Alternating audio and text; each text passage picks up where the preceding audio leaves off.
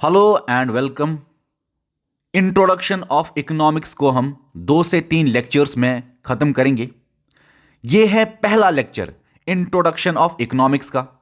इस लेक्चर में हम पढ़ेंगे इकोनॉमिक्स के बेसिक चीज़ों के बारे में। हम देखेंगे इकोनॉमिक्स के फादर्स कौन कौन से हैं, कौन कौन सी बुक्स है जो बहुत इंपॉर्टेंट है, आपको याद रखनी है। माइक्रो मैक्रो में डिफरेंस क्या है, हम ये देखेंगे। इकोनॉमिक्स की डेफिनेशंस क्या है, और इसी लेक्चर में हम देखेंगे ओपन इकोनॉमी क्लोज्ड इकोनॉमी में क्या फ़र्क है। और लास्ट में हम देखेंगे 10 प्रिंसिपल्स ऑफ इकोनॉमी के बारे में, जिसको बोलते हैं जॉर्ज मैनक्यो प्रिंसिपल्स भी। चलिए डियर स्टूडेंट्स, स्टार्ट करते हैं इकोनॉमिक्स का ये लेक्चर नंबर 1। सबसे पहले इकोनॉमिक्स जो है उसका फादर है एडम स्मिथ। याद रखना, इकोनॉमिक्स का फादर एडम स्मिथ। लेकिन इकोनॉमिक्स के मेन 2 ब्रांचेस हैं। एक है माइक्रो इकोनॉमिक्स, दूसरा ब्रांच है इकोनॉमिक्स का मैक्रो इकोनॉमिक्स। कुछ जगहों पे लिखा हुआ है मीजो इकोनॉमिक्स भी एक तीसरी ब्रांच है, जो कि है माइक्रो और मैक्रो के दरमियान की इकोनॉमिक्स। लेकिन नॉट इंपॉर्टेंट, याद रखने की जरूरत बिल्कुल नहीं। सिर्फ इतना जानो, इकोनॉमिक्स एक ब्रांच माइक्रो इकोनॉमिक्स और इकोनॉमिक्स की दूसरी branch macro economics. Adam Smith है इकोनॉमिक्स का फादर, लेकिन एडम स्मिथ ने माइक्रो इकोनॉमिक्स के बारे में कंसेप्ट दिया, इसलिए माइक्रो इकोनॉमिक्स का फादर भी एडम स्मिथ ही है। अगर मैक्रो इकोनॉमिक्स की बात करें, इसका फादर है जेएम कीन्स, क्योंकि जेएम कीन्स ने मैक्रो इकोनॉमिक्स का कंसेप्ट दिया। जेएम कीन्स ने मैक्रो इकोनॉमिक्स के बारे में बताया। कहां पे बताया, कहां पे बताया? अपनी अपनी किताब में दोनों ने बताया। तो ये 2 आपके सामने बुक्स है।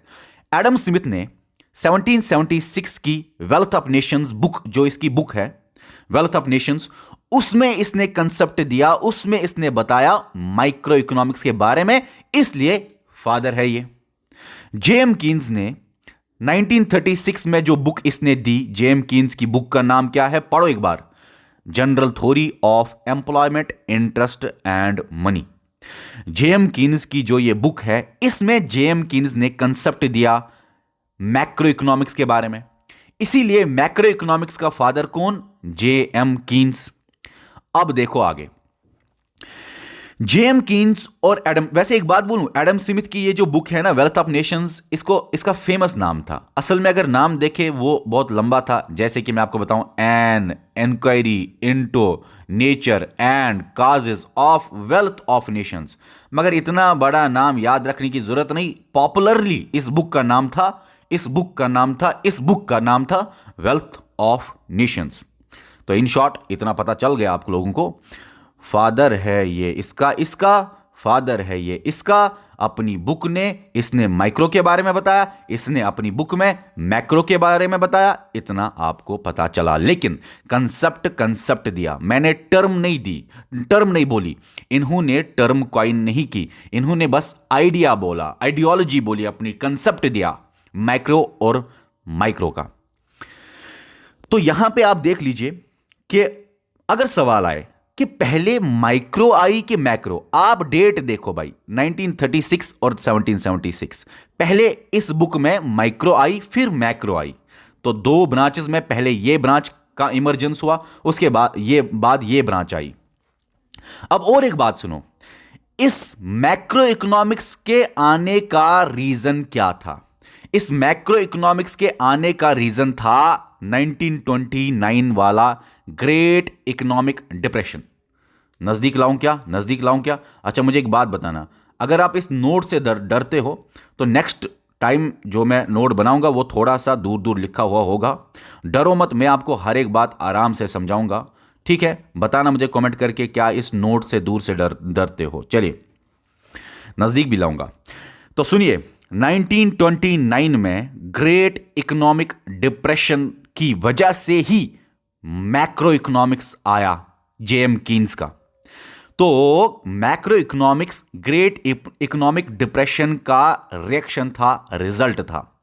देखो मेरे दोस्तों, आपको मैं बताऊं, वेल्थ ऑफ नेशंस में एडम स्मिथ ने बोला माइक्रो इकोनॉमिक्स के बारे में, उसको बोलते थे क्लासिकल इकोनॉमिक्स भी। वो ज्यादातर बोलता था गवर्नमेंट का इंटरवेंशन नहीं होना चाहिए, मार्केट ही डिसाइड करेगा क्या होना चाहिए, गवर्नमेंट का कोई हाथ नहीं होना चाहिए इकोनॉमिक्स में, इकोनॉमी में। लेकिन 1929 में जब ग्रेट इकोनॉमिक डिप्रेशन आया, यूएसए में ग्रेट इकोनॉमिक डिप्रेशन 1929 से ये 1933 तक चला। अब इसमें बहुत ज्यादा डिप्रेशन हो गया और इसका असर पूरे दुनिया पे चला गया। याद रखना, इसमें प्रॉब्लम क्या होगी, उसमें सप्लाई बहुत ज्यादा हो गई, डिमांड का शॉक हुआ, डिमांड कम हुई, डिमांड सप्लाई का मिसमैच हुआ। डिमांड क्या है, सप्लाई क्या है, समझ नहीं आ रहा है तो अच्छी बात है, नए बच्चे हो तो समझ आएगा भी कैसे, पहला लेक्चर तो है, अच्छी बात है, जितना समझ आया उतना इस लाइन में याद रखो, नहीं आया समझ, आगे हमको ये डिस्कस करना है ग्रेट इकोनॉमिक डिप्रेशन, इन्फ्लेशन में मैं आपको बताऊंगा।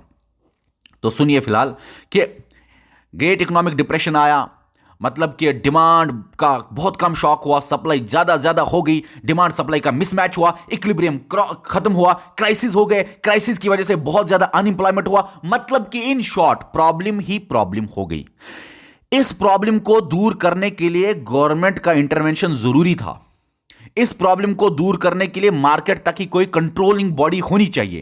तो जेएम कीन्स ने यही बताया मैक्रो इकोनॉमिक्स में, हमें मार्केट नहीं देखना, हमें इकोनॉमी एज ए होल देखनी है। अगर ये बातें आपको समझ नहीं आ रही तो कोई बात नहीं, थोड़ा वेट करो, ग्रेट इकोनॉमिक डिप्रेशन का वेट करो। इन शॉर्ट अभी तक जो हमने पढ़ा इतना ही याद रखना है आपको। इकोनॉमिक्स का फादर यही इसका फादर, ये बंदा है इसका फादर, इसने अपनी बुक में इसके बारे में बोला, इसने अपनी बुक में इसके बारे में बताया। और दोनों में से माइक्रो और मैक्रो में से दोनों में से पहले माइक्रो इकोनॉमिक्स आई। और याद रखना, माइक्रो इकोनॉमिक्स जब इस डेट पे आई तो इस डेट पे एक डिप्रेशन हुआ, ग्रेट इकोनॉमिक डिप्रेशन, उसी की वजह से मैक्रो इकोनॉमिक्स आई। अब यह भी याद रखना कि एडम स्मिथ वाली माइक्रो इकोनॉमिक्स, इसको बोलते थे क्लासिकल इकोनॉमिक्स। जेएम कीन्स ने जब मैक्रो इकोनॉमिक्स का कंसेप्ट दिया, जेएम कीन्स ने अपनी बुक में जब मैक्रो इकोनॉमिक्स का कंसेप्ट दिया, तो इसको बोलते हैं, इसकी इकोनॉमिक्स को कीनीजियन इकोनॉमिक्स। ठीक है, कीनीजियन इकोनॉमिक्स। ठीक है, अब कीनीजियन इकोनॉमिक्स, दूर से आपको क्या अंदाजा होता है कि ये माइक्रो के बारे में बात करती होगी, दूर से आपको इसका अंदाजा क्या होता है कि ये माइक्रो के बारे में बात करती होगी। अब ये बोलता था गवर्नमेंट का इंटरवेंशन होना चाहिए, गवर्नमेंट कंट्रोल करना चाहिए, क्योंकि यहां पे ये प्रॉब्लम हो गई, हमें मार्केट के बारे में नहीं देखना, हमें इकोनॉमी एज अ होल के बारे में देखना है। ये लाइन अगर समझ नहीं आई कोई बात नहीं, पढ़ना है हमें आगे। फिलहाल आगे चलते हैं। सुनो, इकोनॉमिक्स जो है मेरे दोस्तों, ये ग्रीक टर्म से निकली हुई है। दो ग्रीक टर्म्स है, ओकोस, नोमोस। अब इन शॉर्ट इतना याद रखो, इकोनॉमिक्स दो ग्रीक टर्म्स से निकला हुआ है, इकोनॉमिक्स एक इंग्लिश वर्ड है। दो ग्रीक टर्म्स कौन कौन से है, दो ग्रीक वर्ड्स कौन कौन से है, ओको और नोमिया।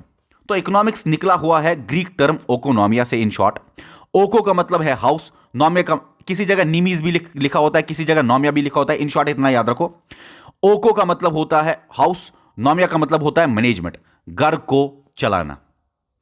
तो इकोनॉमिक्स ओकोनोमिया से निकला है, जिसका मतलब है घर को चलाना।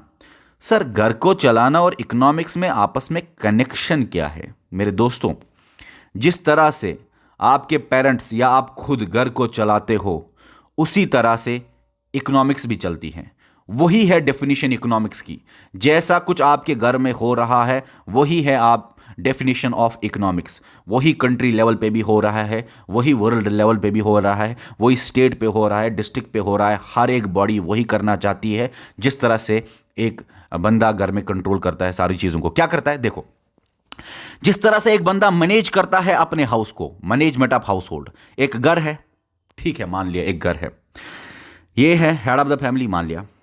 घर में बहुत सारे रिसोर्सेज आते हैं, एक घर में बहुत सारे रिसोर्सेज आते हैं। रिसोर्सेज मतलब कोई भी चीज़ जो आप इस्तेमाल करो, जैसे कि वाटर आया, जैसे कि एयर आया, जैसे कि लकड़ी वुड आई, जैसे कि फूड आया, अनाज आया, सैलरी आई। जो भी चीज़ घर में आता है वो है रिसोर्स, जिसको आप इस्तेमाल कर सकते हो अपने फायदे के लिए। इन शॉर्ट, घर में हर एक के घर में डिफरेंट रिसोर्सेज आते हैं, फ्रूट्स, अनाज, पैसा, जो भी चीज़ आती है, मतलब वाटर, इलेक्ट्रिसिटी। अब ये सारे रिसोर्सेज को हमेशा घर में इस तरह से यूज किया जाता है, इस तरह से इस्तेमाल किया जाता है ताकि मैक्सिमम बेनिफिट आए। इन शॉर्ट, बताने का मकसद सिर्फ इतना है कि इकोनॉमिक्स में, सॉरी एक सेकेंड, कि इकोनॉमिक्स में जिस तरह से गर्म है रिसोर्सेज को इस तरह से इस्तेमाल किया जाता है ताकि मैक्सिमम बेनिफिट आए, इसी तरह इकोनॉमिक्स को भी चलाया जाता है। देखो मेरे दोस्तों, जो घर में होता है हेड ऑफ द फैमिली, वो रिसोर्सेज को इस तरह इस्तेमाल करता है ताकि मैक्सिमम बेनिफिट आए, हर एक चीज को अच्छे से इस्तेमाल करता है। लेकिन एक मसला है, जो भी रिसोर्स घर में आता है वो हमेशा कम पड़ जाता है। पानी आया घर में, कम पड़ा। बिजली आई घर में, कम पड़ा। अगर आपको 10 घंटे की बिजली दे दे, आप बोलोगे 12 घंटे दे दो। अगर 12 घंटे की बिजली आए, आप बोलोगे 24 आवर्स दे दो। 24 आवर्स की बिजली आपको आए, आप बोलो रिमोट वाला स्विच रखो। अब रिमोट वाला स्विच भी दे दे, आप बोलो नहीं भाई सोलर लगाओ, कोई इलेक्ट्रिसिटी में नहीं, सोलर सब कुछ लगाओ। सोलर भी दे दिया, इलेक्ट्रिसिटी फुल आ गई 24 आवर्स। फिर आप बोलोगे तेज इलेक्ट्रिसिटी नहीं आती। फिर लास्ट में आप बोलोगे हमको अब आर्टिफिशियल सन चाहिए। आर्टिफिशियल सन के बाद भी आप पता नहीं क्या क्या मांगोगे। आपके वांट्स कभी खत्म नहीं होने वाले। इसीलिए जो ये बिजली थी वो कम पड़ गई। तो याद रखो, रिसोर्सेज कम पड़ते हैं क्योंकि आपके बहुत ज्यादा वांट्स है। इन शॉर्ट, आपको इतना ही याद रखना है यहां पे कि घर में जो होता है वही है इकोनॉमिक्स की डेफिनेशन। कैसे सर, कैसे सर, कैसे? घर में आप रिसोर्सेज को इस तरह से इस्तेमाल करते हो ताकि मैक्सिमम बेनिफिट आए, लेकिन वो रिसोर्सेज कम पड़ जाते हैं, वो मिनिमम होते हैं। क्यों होते हैं मिनिमम? क्योंकि आपको पता है रिसोर्सेज एक तो ऊपर से ही कम होते हैं, ऊपर से आपके अनलिमिटेड वांट्स, ऊपर से आपकी लालच। अब मेरे दोस्तों, इकोनॉमिक्स की सबसे ब्यूटीफुल डेफिनेशन यही है। ब्यूटीफुल डेफिनेशन यही है, how to utilize minimum resources, how to use minimum resources to get maximum benefit. यह है इकोनॉमिक्स की सबसे खूबसूरत और सबसे अच्छी डेफिनेशन। तो ठीक है, कोई आपको बोले how to use resources to get benefit तो था, लेकिन how to use minimum resources क्यों? मिनिमम रिसोर्सेज क्यों? मिनिमम रिसोर्सेज इसलिए क्योंकि रिसोर्सेज हमेशा भी कम होते हैं, ऊपर से अनलिमिटेड वांट्स की वजह से, लालच की वजह से, वांट्स खत्म ना होने की वजह से रिसोर्सेज कम पड़ जाते हैं। अब मेरे दोस्तों ये सुनो आप ये पॉइंट, अगर कोई बोले रिसोर्सेज कम क्यों है, क्योंकि आपको बोलना है जवाब क्योंकि अनलिमिटेड वांट्स है, इसलिए रिसोर्सेज कम है। अब देखो यहां पे एग्जाम्पल मैं आपको देता हूं। फॉर एग्जाम्पल, आपके फादर ने आपको 10 रुपीज दे दी। कितने रुपए दे दिए? 10 रुपए दे दिए। आपको फादर ने पैसा दिया 10 रुपीज। ओके, 10 रुपीज मिल गए। बोला कि चलो आप खर्च करो, लेकिन आपके वांट्स बहुत ज्यादा है। आपको लेज भी खाना है, कुरकुरे भी खाना है, जिम भी करना है, आपको रिचार्ज भी करना है, कुछ भी करना है, ठीक है, बस फेयर भी चाहिए आपको। तो आपको 2 रुपए, 2 रुपए, 2 रुपए, 2 रुपए, इसी तरह 5 रुपए, इसी तरह 10 रुपए। आपके पास है लिमिटेड रिसोर्सेज, आपके पास है मिनिमम रिसोर्सेज, आपके पास है सिक्योर रिसोर्सेज, लेकिन आपके वांट्स यहां पे अनलिमिटेड है। आपके वांट्स यहां पे ना खत्म होने वाले हैं। तो आप क्या करोगे? आप बोलोगे 10 रुपए में चलो भाई कुरकुरे नहीं खाएंगे, लेज नहीं खाएंगे, सेहत के लिए ठीक नहीं, जिम ये सेहत के लिए, सेहत के लिए, सेहत के लिए। आप क्या करोगे? आप चूज करोगे इनमें से मैं कौन बराबर करूंगा ताकि एलोकेशन बराबर हो, इनमें से मैं कौन बराबर करूंगा ताकि ये 10 रुपए के बराबर हो। जितना हमारे पास रिसोर्सेज है उतने ही मैं वांट्स अपने फुलफिल करूं। आप आपस में चूज करोगे। जब आप चूज करते हो, चॉइस करते हो, इसी को बोलते हैं प्रॉब्लम ऑफ चॉइस। सवाल आएगा, प्रॉब्लम ऑफ चॉइस कब अराइज होती है? प्रॉब्लम ऑफ चॉइस तभी अराइज होती है जब रिसोर्सेज कम हो, सिक्योर हो, मिनिमम हो, वांट्स मैक्सिमम हो या अनलिमिटेड हो। अनलिमिटेड वांट्स और मिनिमम रिसोर्सेज, सिक्योर रिसोर्सेज की वजह से एक प्रॉब्लम अराइज होती है। डिसाइड करना पड़ता है कौन सा चूज करूं, कौन सा चूज ना करूं। उस प्रॉब्लम को बोलते हैं problem of choice. Problem of choice he problem नहीं है, और भी कुछ प्रॉब्लम्स हैं। प्रॉब्लम ऑफ चॉइस भी एक इकोनॉमिक प्रॉब्लम है, लेकिन और भी कुछ इकोनॉमिक प्रॉब्लम्स है। हालांकि problem of choice main economic problem है, लेकिन और भी कुछ इकोनॉमिक प्रॉब्लम्स है। क्या क्या? देखो क्या क्या। यहां पे देखो, रिसोर्सेज कम, ये भी एक problem, economic problem. Unlimited wants, ये भी एक प्रॉब्लम, इकोनॉमिक प्रॉब्लम, ये और प्रॉब्लम ऑफ चॉइस भी, ये भी एक प्रॉब्लम, इकोनॉमिक प्रॉब्लम। अब यहां पे देखो, यहां पे देखो, जो हमने पढ़ा ना वो यहां पे लिखा हुआ है। सुनो सुनो सुनो इस बात को, डेफिनेशन भी याद रखो। इकोनॉमिक्स क्या है? Economics has been derived from Greek word economia. मगर घर वालों के साथ क्या रिश्ता है इसका इकोनॉमिक्स का? सुनो, घर में जो होता है वही है इकोनॉमिक्स की डेफिनेशन। क्या क्या क्या क्या क्या? How to use minimum resources, secure resources, how to use minimum resources, secure resources to get maximum benefit. ये है डेफिनेशन ऑफ इकोनॉमिक्स। मगर मिनिमम रिसोर्सेस, रीजन क्या है मिनिमम रिसोर्सेस का? क्यों पड़ जाते हैं कम मिनिमम रिसोर्सेस? क्योंकि बहुत ज्यादा लालच, अनलिमिटेड वांट्स। अब जब अनलिमिटेड वांट्स और मिनिमम रिसोर्सेज का यहां पे मिसमैच हो, या जब अनलिमिटेड वांट्स हो और मिनिमम रिसोर्सेज हो, एक प्रॉब्लम अराइज होती है, उसको बोलते हैं क्या है? POC, problem of choice. अब सवाल आपको मैं दूंगा, आप मुझे बताइए कौन कौन सी इकोनॉमिक प्रॉब्लम है? आपको बताना है। प्रॉब्लम ऑफ चॉइस भी इकोनॉमिक प्रॉब्लम है, अनलिमिटेड वांट्स भी इकोनॉमिक प्रॉब्लम है, सिक्योर रिसोर्सेज भी इकोनॉमिक प्रॉब्लम है। ये तीनों है इकोनॉमिक प्रॉब्लम्स। इतना ही नहीं, इकोनॉमी में और भी कुछ प्रॉब्लम्स हैं, जैसे कि what to produce, how to produce, for whom to produce. क्या बनाए? क्लोथ्स बनाए, फूड बनाए, हेल्थ के लिए कुछ सामान बनाए, एजुकेशन दे दे, सर्विसेज दे, गुड दे दे, किस तरह क्या बनाए? एसी बनाए, हीटर बनाए, अगर ठंडा है एसी, या एसी तो दोनों जगह इस्तेमाल होता है, अगर ठंडा है तो हीटिंग सिस्टम वाला। अब हाउ टू प्रोड्यूस, क्या ये मशीन से बनाए? क्या ये मजदूरों से, लेबर से बनाए? क्या मशीन से बनाए, मशीनों से? क्या लेबर से बनाए, मजदूरों से? अच्छा, फॉर whom टू प्रोड्यूस, जैसे कि क्या पुअर के लिए बनाए, क्या रिच के लिए बनाए, क्या सारे लोगों के लिए बनाए, क्या कोल्ड एरियाज के लिए बनाए, क्या हॉट एरियाज के लिए बनाए, जहां पे जिस एरिया में जरूरत है उसके लिए बनाए। मतलब कि यह भी एक प्रॉब्लम है। भाई मेरे कांगड़ी, पता है ना कांगड़ी जो कश्मीर में इस्तेमाल होती है, वो राजस्थान में चलेगी क्या? नहीं चलेगी ना। तो किसके लिए बनाए? कोल्ड एरियाज के लिए। तो इन शॉर्ट इतना जानो मेरे दोस्तों, ये सारी इकोनॉमिक प्रॉब्लम्स है। क्या क्या? What, how, for whom, minimum resources, maximum या unlimited wants, problem of choice, ये सारी इकोनॉमिक प्रॉब्लम्स है। डेफिनेशन भी याद रहा। अब इकोनॉमिक्स और इकोनॉमी में क्या फर्क है, क्या डिफरेंस है? तो बताइए क्या डिफरेंस है, सुनिए।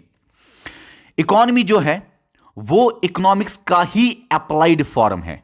इकोनॉमिक्स में आप सिर्फ पढ़ते हो जीडीपी क्या है, नेशनल इनकम क्या है, अनएम्प्लॉयमेंट क्या है, इन्फ्लेशन क्या है, ये आप पढ़ते हो इकोनॉमिक्स में। लेकिन inflation with respect to any country, या अप्लाई करके देखते हो किसी कंट्री पे, किसी स्टेट पे अप्लाई करके देखते हो, इंडिया में क्या रेट है इन्फ्लेशन का, अनएम्प्लॉयमेंट कितना है जेएंडके में, स्टेट में, जीडीपी कितना है जेएंडके में, नेशनल इनकम कितना है इंडिया में।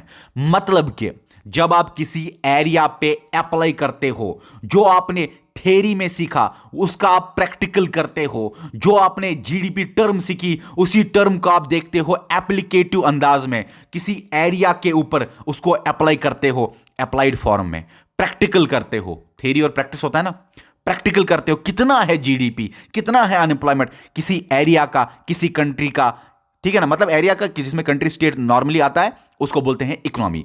इसीलिए कंट्री स्टेट का नाम इकोनॉमी के पहले आता है। जैसे कि Indian economy, Chinese economy, J&K economy, ठीक है ना। तो ये जो है मेरे दोस्तों, आप इकोनॉमी से पहले ये स्टेट या कंट्री का नाम देते हो। क्या आपने कभी सुना इंडियन इकोनॉमिक्स? कभी नहीं सुना, क्योंकि इकोनॉमिक्स के साथ कंट्री का नाम नहीं आता, इकोनॉमी के साथ ही कंट्री या स्टेट का नाम आता है। जेएंडके इकोनॉमिक्स आपने नहीं सुना होगा, जेएंडके इकोनॉमी ही आपने सुना होगा। चलिए, एक पॉइंट यहां पे है, ऐसे एक पॉइंट बना दिया मैंने। पहली बुक इकोनॉमिक्स की कौन सी थी? हालांकि वो फुली आप नहीं बोल सकते इकोनॉमी, वो पॉलिटिकल इकोनॉमी थी, लेकिन फिर भी मानते हैं पहली बुक जो थी इकोनॉमिक्स की वो थी अर्थशास्त्र। अर्थशास्त्र किसने लिखी थी? कौटिल्य ने। उसका दूसरा नाम चाणक्य, तीसरा नाम विष्णुगुप्ता। कौटिल्य, चाणक्य, विष्णुगुप्ता, इन मतलब एक ही बंदा है ये, इसने अर्थशास्त्र लिखी थी, जो कि पहली बुक मानी जाती है इकोनॉमिक्स की।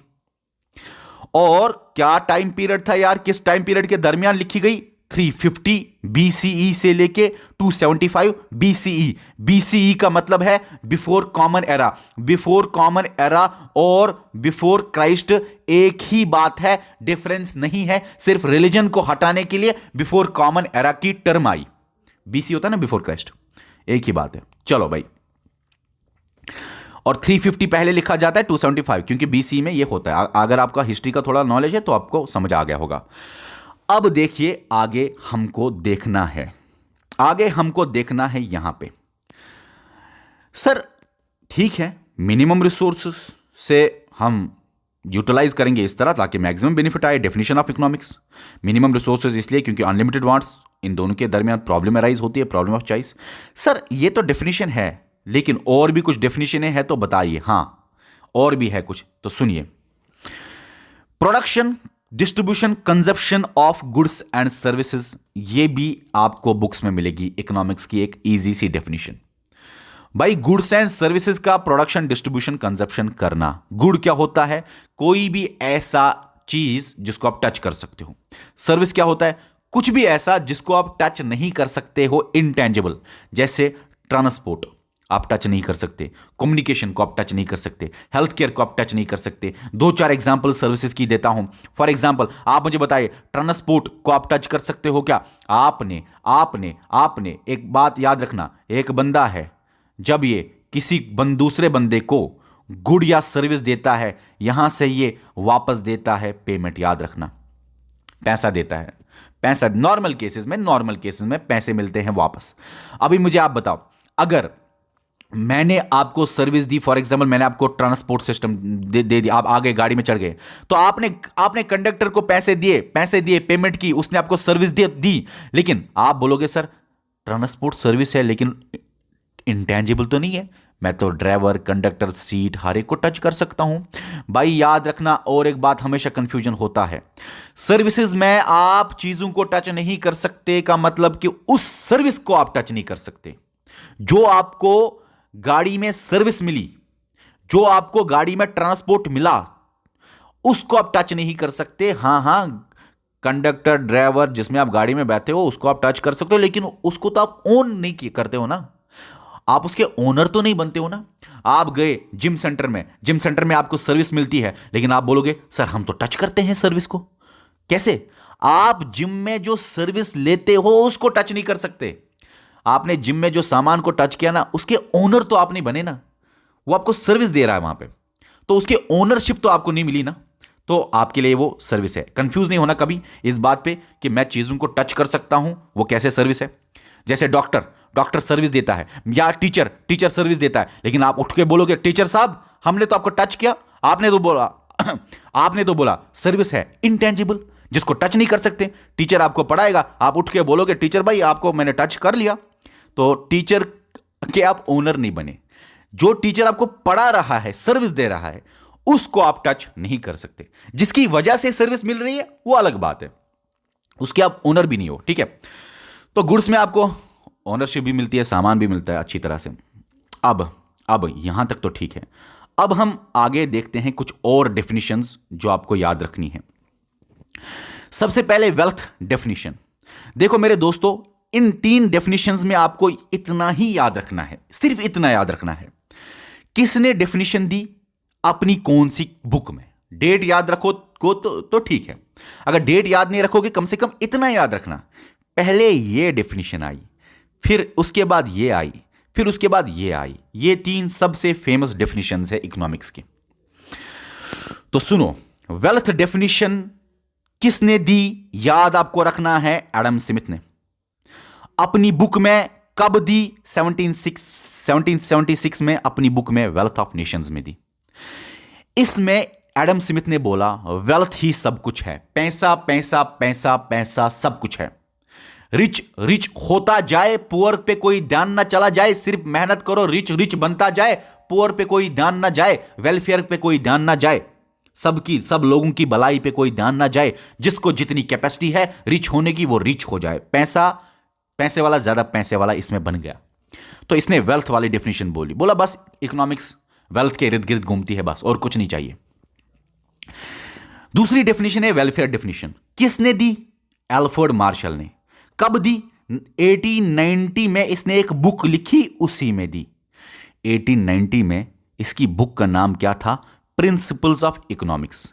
इसमें एल्फ्रेड मार्शल ने कौन सी डेफिनेशन दी? Welfare definition. उस डेफिनेशन में उसने बोला हाँ हाँ हाँ हाँ हाँ, एडम स्मिथ का वेल्थ तो ठीक है, वेल्थ तो ठीक है, लेकिन वेलफेयर भी साथ साथ होना चाहिए। देखो, वेलफेयर डेफिनेशन में इसने नहीं बोला कि वेल्थ को फेंको, नहीं, इसने क्रिटिसाइज किया वेल्थ डेफिनेशन को, लेकिन यह भी बोला वेल्थ के साथ साथ वेलफेयर भी होना चाहिए। वेलफेयर मतलब लोगों की भलाई भी देखना चाहिए। Rich rich rich rich rich होता जाए और poor poor poor poor poor होता जाए, ऐसा नहीं होना चाहिए। रिच रिच तो हो जाए, लेकिन पुअर का भी ख्याल रखना है कि उनको कैसे इनके पैसे मिले, या कैसे उनको भी वो भी कैसे रिच हो जाए। इन शॉर्ट उन्होंने बोला पूरी कंट्री को या पूरे स्टेट को या पूरे एरिया को अपलिफ्ट करना है, सिर्फ रिच को नहीं, वेलफेयर करना है, सोसाइटी के बारे में सोचना है, भलाई के बारे में सोचना है। वेलफेयर डेफिनेशन किसने दी? एल्फ्रेड मार्शल ने अपनी बुक किताब में प्रिंसिपल्स ऑफ इकोनॉमी। कब दी? 1890 में। ऐसे सवाल आ सकते हैं। और एक डेफिनेशन है स्कैर्सिटी डेफिनेशन, सॉरी किसने दी स्कैर्सिटी डेफिनेशन? एल रॉबिन्स ने। कब दी स्कैर्सिटी डेफिनेशन? 1932 में। किस बुक में इसने बोला सिक्योरिटी डेफिनेशन के बारे में? बुक आपके सामने है, essay on nature and significance of economic sciences. अब ये जो डेफिनेशन है सिक्योरिटी डेफिनेशन, इसमें तीनों चीजें ध्यान में रखी गई।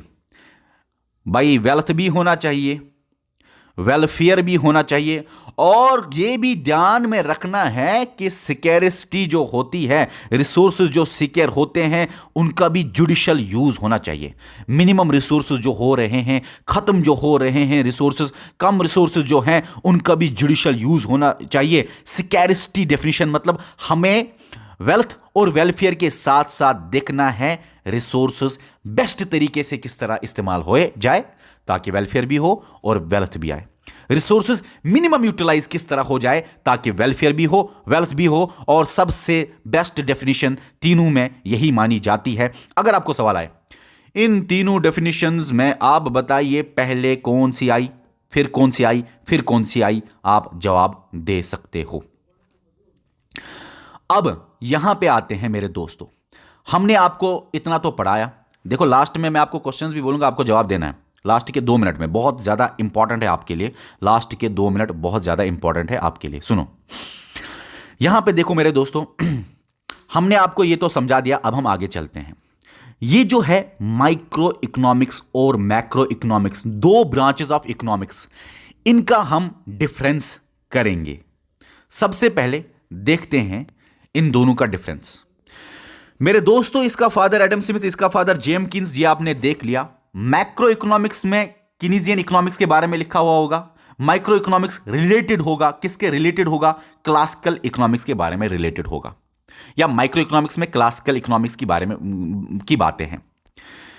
अब याद रखो, ये बात भी आपको अगर याद रखना चाहो, वैसे इंपॉर्टेंट नहीं है। माइक्रो निकला है एक Greek term micron, MIKRON, not important. यार माइक्रो निकला है एक ग्रीक टर्म माइक्रॉन से, जिसका मतलब है छोटा, नॉट इंपॉर्टेंट। कहां आ सकता है?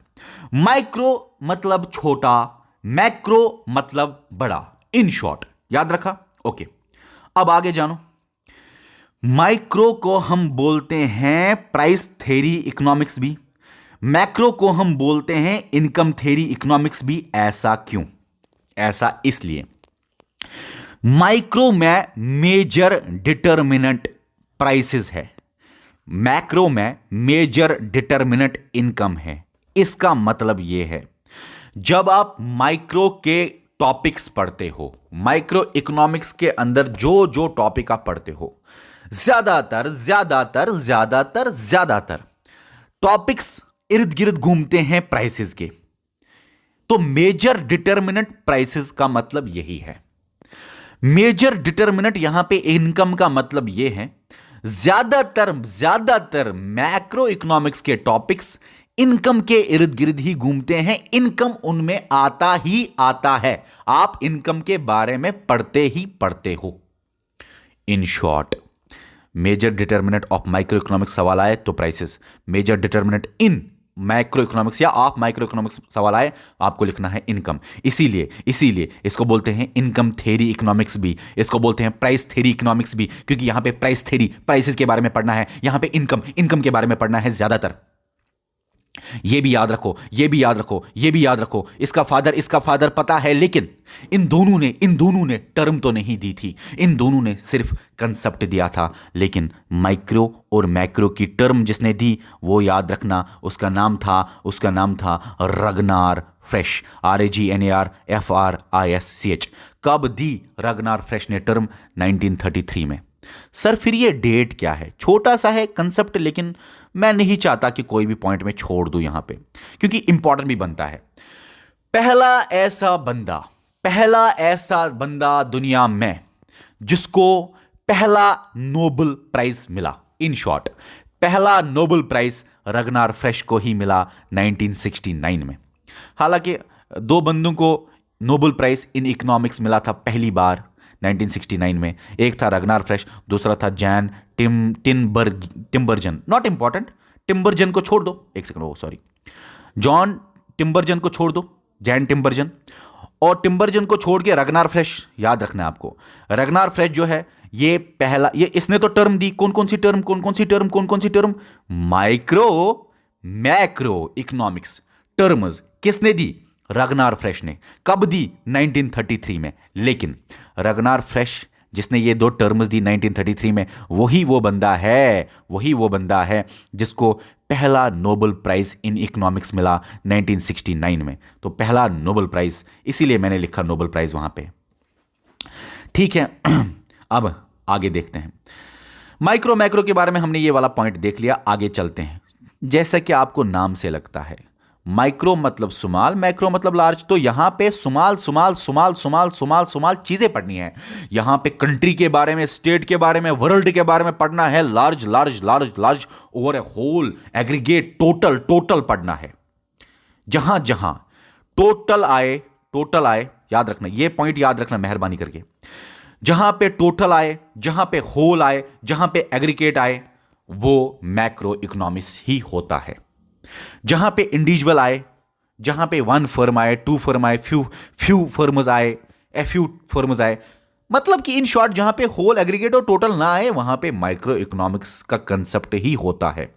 जैसे कि अगर आप एक इंडिविजुअल फर्म के बारे में, या इंडिविजुअल या कुछ इंडिविजुअल्स, या फर्म या कुछ फर्म्स के बारे में पढ़ रहे हो, वो है माइक्रो। अगर आप सारी इंडिविजुअल्स या सारे फर्म्स के बारे में पढ़ रहे हो, होल या एग्रीगेट टोटल में पढ़ रहे हो, उसको बोलते हैं मैक्रो। एक बात बोलूं, मुझे एक बात बताओ, कंट्री है ये, यहां पे 10 फर्म्स है, 100 फर्म्स है, चलो आपने 99 फर्म्स के बारे में पढ़ा ना, तब भी माइक्रो ही है, जब तक टोटल ना हो जाए तब तक मैक्रो नहीं है। 99 भी माइक्रो ही है। हां, अगर 100 में से 100 के बारे में आप पढ़ रहे हो, होल के बारे में पढ़ रहे हो, एग्रीगेट के बारे में पढ़ रहे हो, टोटल के बारे में पढ़ रहे हो, तब मैक्रो है। तो आप 10, 15, 20, 25, 30 इंडस्ट्रीज के बारे में पढ़ रहे हो, फर्म्स के बारे में पढ़ रहे हो, इंडिविजुअल के बारे में पढ़ रहे हो, कंपनीज के बारे में पढ़ रहे हो, वो माइक्रो ही है, जब तक टोटल ना हो जाए, जब तक होल एग्रीगेट ना हो जाए। आगे देखो, इंडिविजुअल का जॉब या कुछ इंडिविजुअल्स का जॉब या उनका लेबर माइक्रो, टोटल जिसको बोलते हैं एम्प्लॉयमेंट, जॉब मिलना या अनएम्प्लॉयमेंट, टोटल लोगों के बारे में unemployment, employment, macro. Prices of good या गुड्स के बारे में पढ़ना, एक गुड के बारे में किसी मार्केट में प्राइसेस वेरिसेस, यहां पे आप टोटल कंट्री में प्राइसेस का लेवल देखते हो, कितना राइज हुआ, इन्फ्लेशन कितना फॉल हुआ, उसको बोलते हैं डिफ्लेशन। ठीक है ना, आगे वो देखते हैं, इन्फ्लेशन डिफ्लेशन आएगा इधर, इन्फ्लेशन डिफ्लेशन आप कंट्री में देखते हो, यहां पे नोट में डिफ्लेशन लिखना। पर्सनल इनकम के बारे में पढ़ते हो, यहां पे सारे लोगों के इनकम के बारे में पढ़ते हो, national income. Individual supply, individual demand, individual producer, individual consumer, individual supplier, aggregate यहां पे पढ़ते हो, total, aggregate, whole, demand, supply, producer, consumer, total, macro. Individual individual, micro. ठीक है, आगे देखते हैं। अब हम देखो मेरे दोस्तों, अब है ओपन इकोनॉमी और क्लोज्ड इकोनॉमी में क्या फर्क है। देखो एक बात याद रखो, अभी मैंने बोला ये इसको देगा गुड्स एंड सर्विसेज और ये बंदा इसको देगा मनी, पैसा पैसा पैसा। अब देखो देखो, ये अगर कंट्री है, मान लो आप हो इस कंट्री के अंदर और आप कंट्री के बाहर भी अब लेन देन करते हो। ओपन इकोनॉमी समझाना है क्या है, जहां पे इंपोर्ट एक्सपोर्ट होता है। लेकिन इंपोर्ट एक्सपोर्ट तो समझो पहले वो क्या होता है, समझो इस बात को दोस्तों। सबसे पहले आप चाह रहे हो कि बाहर से सामान सामान सामान सामान आए, गुड्स एंड सर्विसेज बाहर से आए, उसको बोलते हैं इंपोर्ट। भाई पैसा बाहर से या पैसा यहां से जाने को इंपोर्ट एक्सपोर्ट नहीं बोलते। कभी भी पैसों पे आने जाने, पैसों पैसों पैसों पे इंपोर्ट एक्सपोर्ट नहीं होता। सामान सामान सामान सामान पे इंपोर्ट एक्सपोर्ट होता है। जैसे कि आप यहां से पैसे बाहर भेजोगे, ये एक्सपोर्ट नहीं है, ये इंपोर्ट नहीं है। अभी आपको समझ में आ जाएगा। बाहर से आपने सामान लाया, सामान पे देखा जाएगा कंट्री में आ रहा है तो इंपोर्ट। यहां से कंट्री से ही सामान चला गया बाहर, सामान बाहर चला गया, गुड्स एंड सर्विसेज बाहर चला गया तो एक्सपोर्ट। ठीक है, अभी हमारी कंट्री में बाहर से जब सामान आता है, इंपोर्ट होता है, तो यहां से पैसे देने हैं ना। अभी मैंने बोला सामान एक देगा, दूसरा पैसे देगा। बाहर से सामान आ गया, यहां से यहां से यहां से पैसा जाएगा। यहां से जब पैसा जाता है उसको बोलते हैं लीकेज। क्या बोलते हैं? लीकेज। इसी तरह जब हमारी कंट्री में से सामान बाहर जाता है, सामान बाहर जाता है, वहां से पैसा आएगा। पैसा जब कंट्री में आता है उसको बोलते हैं इंजेक्शन। सवाल बोलूं सवाल बोलूं सवाल बोलूं सवाल बोलूं, बता मुझे, एक्सपोर्ट के टाइम पे इंजेक्शन होता है कि लीकेज होता है? सर एक्सपोर्ट के टाइम पे पैसा आता है, इंजेक्शन हुआ। इंपोर्ट के टाइम पे क्या होता है? इंपोर्ट, गुड्स एंड सर्विसेज आए, पैसे जाएंगे, पैसे जाने को लीकेज बोलते हैं सर। पेमेंट चली गई, लीकेज हो गई। ओपन इकोनॉमी में इंजेक्शन लीकेज होती है, ओपन इकोनॉमी में इंपोर्ट एक्सपोर्ट होता है, ओपन इकोनॉमी में गुड्स एंड सर्विसेज ट्रांसफर होते हैं from one country to another country. Open economy में ये सब होता है। लेकिन हमेशा याद रखना, अगर ये एक कंट्री है, ये एक कंट्री है, आपके लिए कुछ और था, इसके लिए कुछ और है, आपके लिए कुछ और था, इसके लिए कुछ और है। एग्जाम्पल एग्जाम्पल एग्जाम्पल, आपका सामान जा रहा है, आपके लिए एक्सपोर्ट है, लेकिन इसकी कंट्री में सामान आ रहा है, इसकी कंट्री के लिए वही सामान आपका, वही एक्सपोर्ट आपका इसकी कंट्री के लिए इंपोर्ट है। आप हो, आपने इंपोर्ट तो करा, आपने अपनी कंट्री में इंपोर्ट तो करा, लेकिन इस बंदे की कंट्री का क्या? इस बंदे की कंट्री में एक्सपोर्ट होता है। इन शॉर्ट, आपके कंट्री के नजरिए के हिसाब से मैंने बोला सामान आया इंपोर्ट, सामान गया कंट्री से एक्सपोर्ट। सामान जाने पे इंजेक्शन होता है, सामान आने पे लीकेज होता है। बता मुझे, ओपन इकोनॉमी में ये सब तो होता है, लेकिन मुझे ये बताओ, इंजेक्शन अच्छा है कि लीकेज अच्छा है? इंपोर्ट अच्छा है कि एक्सपोर्ट अच्छा है? याद रखना, याद रखना, कंट्री में पैसे आना, पैसे आना, पैसे आना अच्छा है। भाई सामान बेचना उसी से तो पैसों के लिए तो सब कुछ करता है बंदा। तो पैसे आना, बता मुझे, इससे पैसे आते हैं? नहीं, लीकेज अच्छा नहीं है। इससे पैसे आते हैं? हाँ हाँ हाँ हाँ, पैसे आ गए कंट्री में, injection good for country, injection good for country. इसीलिए हर कंट्री चाहती है कि मैं ज़्यादा से ज़्यादा एक्सपोर्ट करूं। हर कंट्री चाहती है मैं ये वाला काम करूं, ये वाला काम रोकूं। हर एक कंट्री चाहती है मैं ज़्यादा एक्सपोर्ट करूं और पैसे आएंगे। हर एक कंट्री चाहती है मैं ज़्यादा एक्सपोर्ट करूं। फिर हम देखेंगे कौन से पैसे आते हैं वहाँ पे, डॉलर वॉलर या एक्सचेंज रेशियोज या बाकी जो भी। क्लोज्ड इकोनॉमी वो इकोनॉमी जहां पे इंपोर्ट ना हो, एक्सपोर्ट ना हो। लेकिन क्लोज्ड इकोनॉमी में एक चीज होता है कि जब बाहर से कोई लेन देन ना हो तो अंदर से सेल्फ सफिशिएंट बनना पड़ता है। Diamond, goods and services, diamond, coal, petroleum, जो भी इंडिया को चाहिए या कंट्री को चाहिए, वो अंदर से ही बनाने हैं। तभी तो रेजिस्ट कर सकेगा, तभी तो वो सक्सेसफुली वो कंट्री चला सकेगा अपने आप को। मतलब कि कंट्री क्लोज्ड इकोनॉमी में सेल्फ सफिशिएंट होती है। लेकिन ये क्लोज्ड इकोनॉमी का कंसेप्ट इमेजिनरी है, ये रियल नहीं है, क्योंकि दुनिया में कोई भी कंट्री क्लोज्ड नहीं है। अकेले कंट्री कोई भी रह नहीं सकती।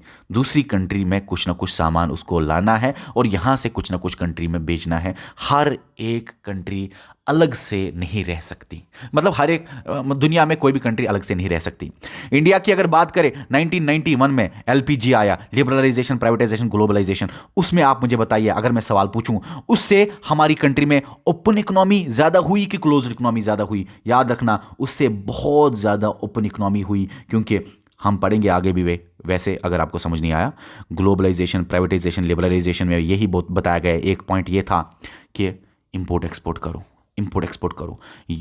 मतलब कि इंडिया जो कि पहले थोड़ा सा क्लोज इकोनॉमी तो पहले से नहीं था पूरी तरह से, वो ओपन इकोनॉमी ही था, लेकिन बहुत ज़्यादा ओपन इकोनॉमी वो हो गया 1991 के बाद। ठीक है, क्लोज इकोनॉमी वो पूरी तरह से, क्लोज इकोनॉमी दुनिया में कोई भी पूरी तरह से नहीं है। इन शॉर्ट ये भी याद रखना, दुनिया में कोई भी क्लोज इकोनॉमी नहीं है। अच्छा, ये भी पॉइंट याद रखना, दुनिया में कोई भी प्योरली ओपन इकोनॉमी भी नहीं है। क्यों? हमें इस कंट्री में नहीं चाहिए तेल, तो हम बाहर से नहीं लेंगे, हम रेस्ट्रिक्शन लगा सकते हैं। तो दुनिया में कोई भी प्योरली ना ही ओपन है ना ही क्लोज्ड है, और अगर दोनों में थोड़ा सा कुछ है तो ओपन है। आजकल की इकोनॉमीज और ज्यादातर देखा जाए ओपन ही है। 100% ओपन भी नहीं है, लेकिन इससे ज्यादा तो है। क्लोज्ड इमेजिनरी कंसेप्ट है, ये रियल में नहीं होता, रियल में ओपन ही होता है, लेकिन 100% ओपन भी नहीं होता है। एक्सपोर्ट इंपोर्ट पे रेस्ट्रिक्शंस लगा सकता है कंट्रीज, ओके, कम कर सकता है एक्सपोर्ट इंपोर्ट। अब हम देखते हैं लास्ट में 10 प्रिंसिपल्स ऑफ इकोनॉमिक्स। चलिए ये 2-4 मिनट में देखते हैं तो ये टॉपिक खत्म हो जाएगा। ठीक है, एक सेकंड। अब जो ये 10 प्रिंसिपल्स ऑफ इकोनॉमिक्स है, ये हम पढ़ेंगे। तो याद रखिए दोस्तों, ये 10 प्रिंसिपल्स ऑफ इकोनॉमिक किसने दिया? जी मैनक्यू ने अपनी बुक में। इसकी बुक का नाम था प्रिंसिपल्स ऑफ इकोनॉमी। 1997 में वो बुक पब्लिश हुई। इन शॉर्ट 1997 वाली बुक का नाम क्या था? Principles of economics. अब याद रखो, ये जो पीडीएफ है ये आपको मिलेगा JK civil services KS JK SSB Telegram channel पे, डिस्क्रिप्शन में लिंक मिलेगा वीडियो के। अब देखो 10 प्रिंसिपल्स ऑफ इकोनॉमिक्स में पहला प्रिंसिपल क्या दिया इस बंदे ने? पहला प्रिंसिपल क्या दिया? People face trade offs. मतलब ये कि अगर आपको एक चीज चाहिए, उसके लिए कोई ना कोई चीज आपको छोड़नी पड़ेगी। फॉर एग्जाम्पल, इसने बहुत खूबसूरत एग्जाम्पल दी, लेजर टाइम। लेजर टाइम जिस पे आप बैठे हो वर्सेस वर्क। अगर आप आराम छोड़ोगे, काम करोगे, तो छोड़ना है कुछ काम करने के लिए, पैसे कमाने के लिए। पीपल फेस ट्रेड ऑफ, मतलब कुछ पाने के लिए कुछ आपको छोड़ना पड़ता है। कुछ पाने के लिए कुछ आपको छोड़ना पड़ता है। यहां पे ये मतलब है कुछ पाने के लिए कुछ आपको खोना पड़ता है। डिफरेंस देखो, कुछ पाने के लिए कुछ कोई चीज आपको छोड़ना पड़ेगा, जैसे कि अपना आराम छोड़ना पड़ेगा पैसा कमाने के लिए। यहां पे कुछ पाने के लिए कुछ खोना पड़ता है। दोनों में डिफरेंस है। पहला प्रिंसिपल यह है, कुछ पाने के लिए आपको आराम छोड़ना पड़ेगा। कुछ पाने के लिए आपको आराम काम करना पड़ेगा, आपको आराम छोड़ना पड़ेगा। काम करने के लिए आपको आराम छोड़ना पड़ेगा कुछ पाने के लिए। यहां पे कुछ पाने के लिए कुछ आपको खोना पड़ेगा, खोना पड़ेगा। तो ये स्टेटमेंट जो है ये थोड़ा सा ज्यादा है। देखो आप, पीपल फेस ट्रेड ऑफ का मतलब ये है कि जैसे कि आप बैठे हुए हो, वो बैठना आराम आराम छोड़ के आप वर्क पे जाओगे, तो आपने ट्रेड ऑफ, आपने फेस ट्रेड ऑफ किया। ठीक है, इसी तरह cost of something is what you give up to get something. आप कॉलेज जाना था आपको, लेकिन कॉलेज आप नहीं गए, आप काम पे गए, आपने काम पे पैसे कमाए, लेकिन काम पे आपने पैसे तो कमाए, लेकिन आप कॉलेज खो गए, कुछ खोना पड़ा, एजुकेशन खोनी पड़ी। ठीक है ना। अब और देखते हैं यहां पे, rational people think at margins. जो लॉजिकल पर्सन होते हैं ना, वो मार्जिन देखते हैं। जैसे कि अगर मैं पेन बेचता हूं, अगर मैं पेन बेचता हूं 10 रुपीज़ में, 10 रुपीज़ में पेन बेचता हूं, तो मैं 10, 10.5 या 11 रुपए कॉस्ट करूंगा। मैं 10 से 20 रुपए कॉस्ट नहीं करूंगा। या अगर मैं पेन बेचता हूं, अगर मैं पेन बेचता हूं 10 पेन बेचता हूं, मैं धीरे धीरे 11, 12, 13, 14 पेन बनाना स्टार्ट करूंगा। एक साथ में 200 पेन बनाना स्टार्ट नहीं करूंगा, क्रैश हो सकता है सब कुछ। इन शॉर्ट इतना ही है कि लॉजिकल पर्संस मार्जिन देखते हैं। मार्जिन का मतलब होता है कि छोटा वो देखते हैं, स्मॉल लेवल पे वो देखते हैं। ठीक है, इंक्रीमेंट होना चाहिए या डिक्रीमेंट होना चाहिए, ताकि सब चीजें मेंटेन रहे, एक साथ पूरा क्रैश ना हो। People respond to incentives. अगर इंसेंटिव्स हुए, फॉर एग्जाम्पल अगर ज्यादा टैक्सेस लगे, हायर टैक्सेस लगाए गवर्नमेंट ने, या कोई भी फाइन लगाया, फेयर फाइन लगाया, ज़्यादा कम, जो भी पीपल रेस्पॉन्ड करते हैं इंसेंटिव्स को। अगर जैसे कि टैक्सेस फाइन ज़्यादा लगे थे तो लोगों ने बहुत ज़्यादा रेस्पॉन्ड किया था, गवर्नमेंट को बताया था इतना ज़्यादा टैक्स क्यों। Trade can make everyone better of. Trade सबको अच्छा बना सकता है। ट्रेड बहुत ज़्यादा अच्छा बना, कंट्रीज आपस में मिलकर ट्रेड करके ग्रो हो सकती हैं, तो बेटर हो सकता है हर एक के लिए कि वो ज़्यादा से ज़्यादा ट्रेड करे। इतना ही नहीं, ट्रेड आपस में भी और कंट्रीज मिला के भी, ये बोल रहा था उस बुक में, ठीक है, उस बुक में जो ये बोल रहा है वो मैं आपको बता रहा हूं। उसके बाद है markets are usually a good way to organise economic activity. Economic activity को ऑर्गेनाइज करने के लिए मार्केट एक अच्छी जगह है। मार्केट जो है मेरे दोस्तों, यहां पे ये जैसे कि एडम स्मिथ ने भी बोला था कि मार्केट पे छोड़ो, गवर्नमेंट का इंटरवेंशन नहीं होना चाहिए, मार्केट खुद ही अपने आप को चलाएगी, ठीक है ना। तो याद रख लीजिए, यहां पे ये बताया जा रहा है कि इकोनॉमिक एक्टिविटी को ऑर्गेनाइज करने के लिए मार्केट एक अच्छा है, ठीक है। Markets are usually good way. Government can sometimes improve economic activities. ये पहले इसने बोला मार्केट अच्छा है, साथ में बोला लेकिन government can sometimes improve economic activities. Government भी कभी कभी इकोनॉमिक एक्टिविटीज इंप्रूव कर सकते हैं, जैसे जबकि कोई फेल हो, जबकि मार्केट फेल हो, जबकि इन्फ्लेशन हो, जबकि डिफ्लेशन हो, जबकि कंट्रोल करना हो हाई प्राइसेस को, लो प्राइसेस को, अनएम्प्लॉयमेंट को, प्रॉब्लमें जब अराइज हो मार्केट में, तो गवर्नमेंट को इंप्रूव करना चाहिए इकोनॉमिक प्रॉब्लम्स को। उसके बाद standard of living depends on countries production. जितना ज़्यादा डेवलप्ड कंट्री होगी, प्रोडक्शन जितना होगा कंट्री में, उतना उनका स्टैंडर्ड ऑफ लिविंग ज़्यादा होता है। जितना कम प्रोडक्शन, उतना स्टैंडर्ड ऑफ लिविंग, उतना वो कम खूबसूरत अंदाज में रहते हैं, कम अच्छे आराम में रहते हैं, ठीक, ऐशो आराम में कम रहते हैं। स्टैंडर्ड ऑफ लिविंग उनका ज़बरदस्त होता है जिनके कंट्री में ज़्यादा प्रोडक्शन होता है। Prices rise when government print too much money. जिनकी कंट्री में गवर्नमेंट प्रिंट करता है बहुत ज़्यादा पैसा, उनकी कंट्री में इन्फ्लेशन होता है, प्राइसेस राइज होते हैं, इन्फ्लेशन डिफ्लेशन आगे पता चलेगा। Society faces short run trade off between inflation and unemployment. याद रखो, ये बहुत अच्छा पॉइंट है। जब भी इन्फ्लेशन होता है तो जो प्रोड्यूसर है वो खुश होता है। वैसे ये चीज़ें आपको आगे भी समझ आएंगे। इन्फ्लेशन होने से प्रोड्यूसर खुश होता है। इन्फ्लेशन होने से प्रोड्यूसर, देखो भाई, 10 रुपीज़ में मैंने बोला मार्कर बेचना है 10 रुपीज़ में, लेकिन 10 रुपीज़ से इन्फ्लेशन हो गया 15, तो मुझे अब 10 नहीं 15 रुपए मिल रहे हैं। मैं बेच रहा था 10 रुपए में, इन्फ्लेशन हुई 5 रुपए एक्स्ट्रा, तो मैं ज़्यादा से ज़्यादा मार्कर बनाऊंगा, मैं एम्प्लॉयमेंट दूंगा, तो मैं अनएम्प्लॉयमेंट को ख़त्म करने की कोशिश करूंगा। ये तो अच्छा है इकोनॉमी के लिए, लेकिन ये शॉर्ट टाइम के लिए होता है, बाद में इसमें भी प्रॉब्लम होती हैं। इसलिए आगे हम इन्फ्लेशन डिफ्लेशन में देखेंगे, हमेशा गवर्नमेंट को और सेंट्रल बैंक को कंट्रोल करना है, बैलेंस में चलना है। इन्फ्लेशन और डिफ्लेशन को इस तरह से कंट्रोल करना है कि वो बैलेंस, इन्फ्लेशन कराएंगे तो नुकसान है, डिफ्लेशन कराएंगे तो नुकसान है, बैलेंस करना है बोथ का, ये हम आगे देखेंगे। चलिए डियर स्टूडेंट्स, ये था इकोनॉमी का लेक्चर नंबर 1। कोई भी चीज़, कोई भी कमेंट करना हो, कोई भी सवाल हो आपको, वो आप नीचे लिखो। और भी एक बात याद आई, बहुत बार बच्चे बोलते हैं इकोनॉमिक्स साइंस है, आर्ट है, क्या है। याद रखना, इसको साइंस, कोई इसको साइंस भी बोलता है, कोई इसको आर्ट भी बोलता है, कोई इसको सोशल साइंस भी बोलता है। आप बोल सकते हो ये है blend of everything, social science भी, ठीक है, साइंस भी और आर्ट भी। Okay dear students, bye.